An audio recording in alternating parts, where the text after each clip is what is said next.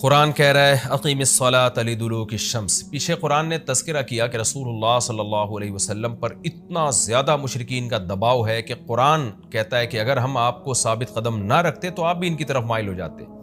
تو ظاہر ہے بہت سخت دباؤ اور جبر ہے آپ کے اوپر، تو ایسے موقع پہ ایسا کام کرنے کی ضرورت ہے جس سے آپ کو ثابت قدمی ملے اور اللہ کا قرب حاصل ہو۔ تو اس کا سب سے بہترین طریقہ قرآن کہتا ہے نماز ہے، یعنی اے نبی صلی اللہ علیہ وسلم آپ نماز کو مضبوطی سے تھامیے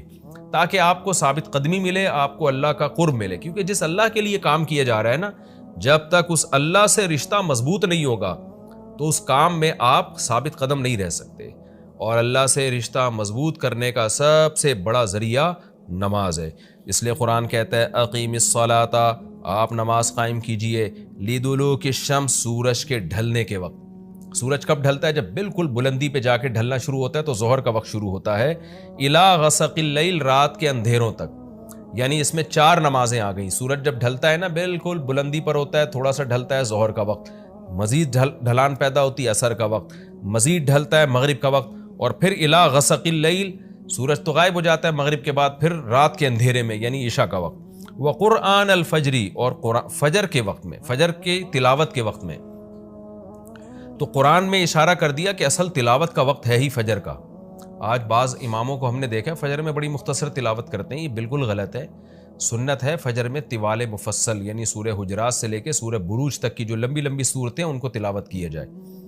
تو فجر کے قرآن کے وقت بھی آپ نماز قائم کیجئے۔ ان قرآن الفجر، بے شک فجر کا جو قرآن ہے، فجر میں جو تلاوت ہے، کانا مشہودا، اس میں حاضر ہوتے ہیں۔ کون حاضر ہوتے ہیں؟ حدیث سے پتہ چلتا ہے فرشتے۔ فجر کا وقت اتنا مبارک وقت ہے جب اس میں امام صاحب قرات کرتے ہیں اور لوگ ہاتھ باندھ کے پیچھے امام کی قرات سنتے ہیں، ایک خاص سکینت نازل ہوتی ہے اللہ کی طرف سے، اور فرشتے بھی اس تلاوت میں نازل ہوتے ہیں۔ صحیح حدیث سے یہ بات ثابت ہے کہ فرشتے جو تبدیل ہوتے ہیں نا ان کے آنے جانے کا وقت، اور فجر اور عصر میں ہے وہ جو فجر میں فرشتے آتے ہیں انسان کی حفاظت کے لیے، لہو معقبات من بین یدیہ ومن خلفہ یحفظونہ من امر اللہ۔ بہت ساری مخلوق اس کائنات میں ایسی ہے جہاں تک سائنس نہیں پہنچی، اور ہو سکتا ہے قیامت تک پہنچ ہی نہ سکے، وہ انسان کی عقل سے بالاتر ہے وہ مخلوق، اور یہ بھی ممکن ہے پہنچ جائے سائنس ترقی کر کے۔ وہ مخلوق انسان کو نقصان پہنچانے کی کوشش کرتی ہے، تو اس مخلوق سے بچانے کے لیے، جن میں جنات ہیں سر فہرست، ان سے بچانے کے لیے اللہ نے فرشتوں کا انتظام کیا ہے۔ تو حدیث میں آتا ہے صبح و شام، قرآن سے بھی یہ بات ثابت ہے، صبح و شام فرشتوں کی باریاں چینج ہوتی ہیں اور وہ ہماری حفاظت کے لیے اللہ کی طرف سے متعین ہوتے ہیں۔ تو ان کی جو حاضری ہے ان فرشتوں کی، وہ فجر کے وقت میں ہوتی ہے۔ اور یہ بھی حدیث سے ثابت ہے کہ بہت سے فرشتے صرف تلاوت سننے کے لیے زمین پہ اترتے ہیں۔ تہجد کے بارے میں حدیث میں آتا ہے کہ جب کوئی شخص تہجد میں قرآن کی تلاوت کرتا ہے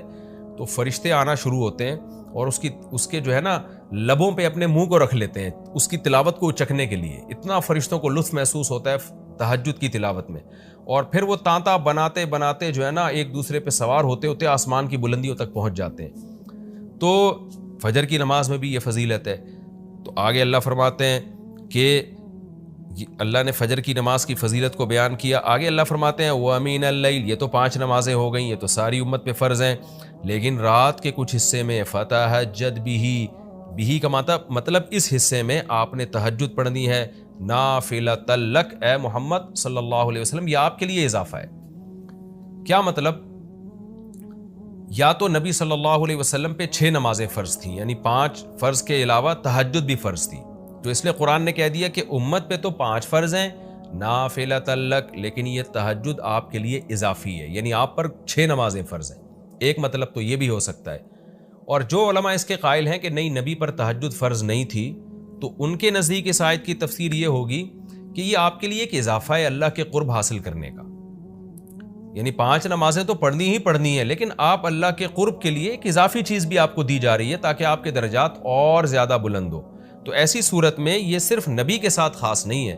کیونکہ خطاب نبی سے چل رہا ہے، اس لیے اللہ نے کہہ دیا آپ کے لیے اضافہ، ورنہ حقیقت میں پوری امت کے لیے یہ اضافہ ہے۔ آگے اللہ فرماتے ہیں عسیٰ ان یبعثک ربک،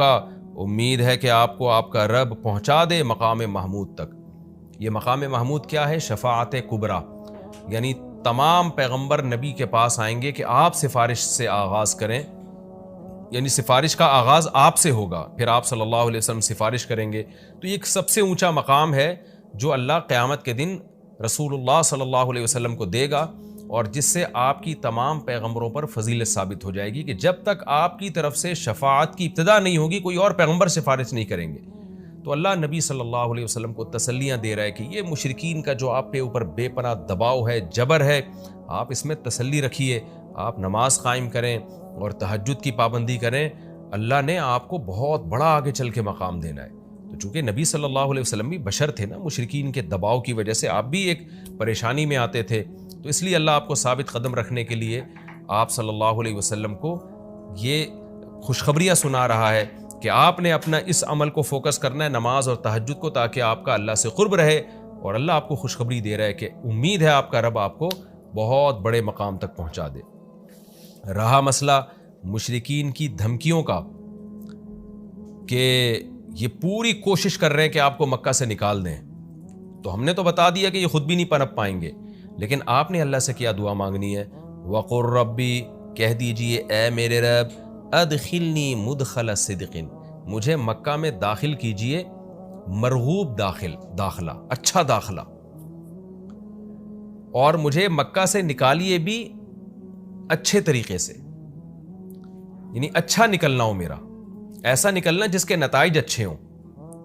اس میں اشارہ ہے کہ آپ صلی اللہ علیہ وسلم کو مکہ سے نکالنے پر مجبور کیا جائے گا، اور ایک وقت آئے گا کہ آپ مکہ سے نکلیں گے۔ تو اللہ اپنے حبیب صلی اللہ علیہ وسلم کو پہلے سے دعا سکھا رہے ہیں کہ آپ اللہ سے دعا مانگے، اللہ جب میں نکلوں تو میرا داخلہ بھی اچھے طریقے سے ہو اور میرا نکلنا بھی اچھے طریقے سے ہو، یعنی پسندیدہ نکلنا ہو۔ سوال پیدا ہوتا ہے نکلنے کا عمل تو پہلے ہے اور مکہ میں داخلے کا عمل بعد میں، تو نکلنے کا تذکرہ پہلے ہونا چاہیے کہ اللہ مکہ سے مجھے اچھی طریقے سے نکال، اور مکہ میں مجھے داخل بھی اچھے طریقے سے کرنا، تو داخلے کا تذکرہ پہلے کیوں؟ تو اس میں بلاغت کا ایک نقطہ ہے کہ پیغمبر کا بنیادی مقصد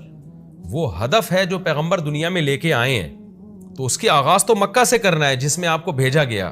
جو ابراہیم علیہ السلام کا شہر ہے، جہاں بیت اللہ ہے، اسلام کا مرکز تو اس جگہ سے بننا ہے۔ تو اس جگہ سے اگر نکالنا ہی مقصد ہے تو یہ جگہ تو رہ گئی نا پھر، جو ابراہیم علیہ السلام کا مرکز اور ابراہیم علیہ السلام کی دعائیں تھیں۔ تو اس لیے اصل مقصد تو یہ کہ مکہ میں داخل میں اچھے طریقے سے ہوں، جو پیغمبر کا مقصد تھا دنیا میں آنے کا، مکہ فتح کر کے داخل ہوں، یہاں مجھے غلبہ ملے، اور یہاں میرا جب داخلہ ہو تو ایسا داخلہ جس کو میں پسند کروں۔ یہ جو ابھی میں مکہ میں کہیں سفر سے جا کے واپس آتا ہوں، یہ داخلہ وہ داخلہ نہیں ہے جو میں چاہتا ہوں۔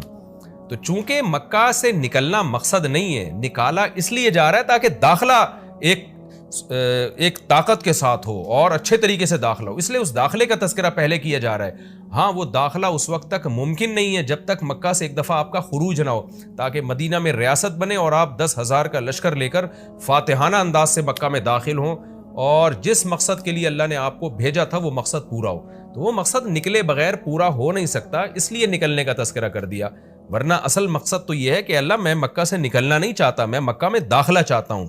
داخلہ ایسا ہونا چاہیے مدخل صدق، سچا مرغوب داخلہ ہونا چاہیے۔ چنانچہ اللہ نے آپ کی دعا قبول کی، اور جب نبی مکہ میں داخل ہوئے نکلنے کے بعد، تو کیسا بہترین آپ نے کا داخلہ ہوا کہ 10,000 کا لشکر لے کر آپ گئے، اور مشرکین مکہ آپ سے معافی کی بھیک مانگ رہے تھے۔ تو یہ مکی آیتیں اس وقت تو ظلم کے پہاڑ توڑے جا رہے تھے، لیکن پیغمبر سے اس طرح کی دعائیں کروائی جا رہی تھیں، وَأَخْرِجْنِي مُخْرَجَ صِدْقٍ، اور اللہ مرغوب نکلنا ہو، یعنی جب میں نکلوں تو بھی میرا اچھا ٹھکانہ ہو۔ چنانچہ آپ کا نکلنا بھی بڑا اچھا ہوا کہ پورا مدینہ آپ کے استقبال میں کھڑا ہوا تھا، اور طلع البدر علینا من ثنیۃ الوداع، یہ جو ترانے ہیں یہ مدینہ کی بچیاں آپ کے استقبال میں پڑھ رہی تھی۔ تو آپ کا نکلنا بھی اچھا ہوا، یعنی مدینہ میں داخلہ جو مکہ سے نکل کے، اور پھر جو مکہ میں آنا وہ تو اس سے بھی زیادہ عزت اور شان کے ساتھ ہوا۔ وَاجْعَلْ لِي مِن لَّدُنْكَ سُلْطَانًا نَصِيرًا، اور اللہ تو بنا دے میرے لیے اپنے پاس سے زبردست طاقت جس میں میری مدد ہو، غلبہ دے دے مجھے مشرکین پر۔ یہ بھی مستقبل کی دعا ہے جو ان حالات میں نبی سے منگوائی جا رہی ہے، اور اللہ نے آپ کی ساری دعاؤں کو قبول کیا، سلطان نصیر بھی دے دیا آپ کو، غلبہ بھی دے دیا مکہ پہ، ایسا غلبہ جس میں اللہ کی مدد تھی، اور وہ کمزور غلبہ نہیں تھا، طاقتور غلبے کو سلطان کہا جاتا ہے۔ اور مدینہ میں جانا بھی آپ کا پسندیدہ ہوا، اور مکہ میں آنا بھی آپ کا پسندیدہ ہوا۔ اور اے نبی آپ یہ بھی کہہ دیجئے جاء الحق، حق آ چکا ہے، وزہق الباطل، اور باطل فنا ہو چکا ہے۔ حالانکہ جس وقت یہ دعا منگوائی جا رہی تھی باطل فنا نہیں ہوا تھا، لیکن ماضی سے جب کسی چیز کو تعبیر کیا جاتا ہے تو یہ بتانے کے لیے گویا یہ کام ہو چکا ہے، حالانکہ ہوا نہیں، ہوگا، لیکن نبی کی زبان سے نکلوایا جا رہا ہے کہ آپ مشرکین میں اعلان کر دیں کہ بس یہ کام ہو چکا ہے، حق آ گیا، باطل ختم، اور یعنی ہوگا تو فیوچر میں، لیکن گویا ابھی ہو چکا ہے، اتنا یقینی ہے کہ میں تمہیں اس کی پہلے سے خبر دے چکا ہوں کہ باطل اب پنپنے نہیں پائے گا کیونکہ حق اب آ چکا ہے۔ ان الباطل کان زہوقا، اور باطل تو ہے ہی فنا ہونے والی چیز، جب حق آتا ہے تو باطل فنا ہو جاتا ہے۔ نبی صلی اللہ علیہ وسلم جب مکہ مکرمہ میں داخل ہوئے نا تو آپ بتوں کو چھڑیوں سے گراتے تھے، چھڑی سے مکہ میں داخل ہو کے 360 بت کو ایک ایک کر کے چھڑی مارتے تھے اور وہ بت الٹے لڑکتے تھے، تو آپ اس موقع پر یہ آیت پڑھ رہے تھے کہ جاء الحق وزهق الباطل ان الباطل کان زہوقا۔ کیا کیفیات بنتی ہوں گی صحابہ کی اور پیغمبر کی اس وقت کہ جو خوشخبری ان کو 13 سال پہلے دی گئی تھی، کئی سال پہلے دی گئی تھی اور یقینی دی گئی تھی کہ یہ ہو چکا، تو اللہ نے اپنی آنکھوں سے دکھا دیا کہ کیسے بتوں کو بیت اللہ سے نکالا جا رہا ہے اور اللہ کے گھر کو کیسے شرک سے پاک کیا جا رہا ہے۔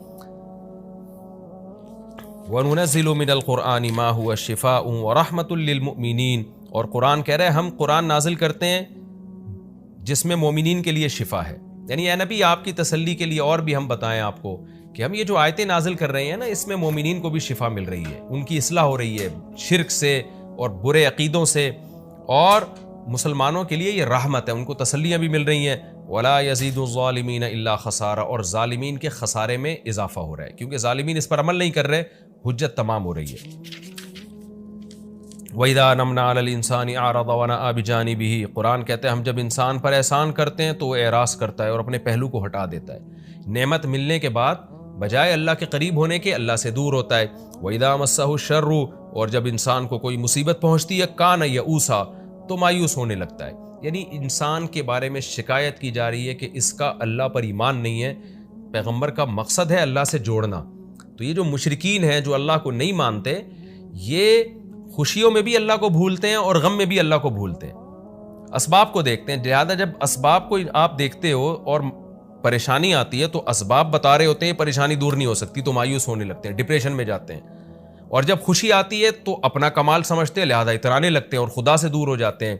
تو اے نبی ان سے کہہ دیجئے کل یعمل علی شاکلتہ، ہر شخص اپنی نیچر کے مطابق عمل کر رہا ہے۔ اچھے لوگ کیا کرتے ہیں کہ جب انہیں خوشی ملتی ہے تو شکر ادا کرتے ہیں، اور غم آتا ہے تو مایوس نہیں ہوتے، ان کو پتہ ہے غم اللہ دور کر سکتا ہے۔ فَرَبُّكُمْ أَعْلَمُ، تمہارا رب خوب جانتا ہے بِمَنْ هُوَ أَهْدَىٰ سَبِيلًا، کون ان دونوں فریقوں میں سیدھے راستے پر چل رہا ہے، جو غموں میں مایوس ہو اور خوشیوں میں اترانے لگے، خدا سے دور ہو جائے، وہ گمراہی والے راستے پر ہے، اور جو خوشیوں میں اللہ کے قریب آئے، شکر ادا کرے، اور غموں میں بھی اللہ کے قریب آئے کہ غم کو اللہ ہی دور کر سکتا ہے، مایوس نہ ہو، یہ سیدھے راستے پر ہے۔ اللہ خوب جانتا ہے کون سیدھے راستے پر ہے، یعنی اس میں اللہ نے اشارہ دے دیا کہ یہ لوگ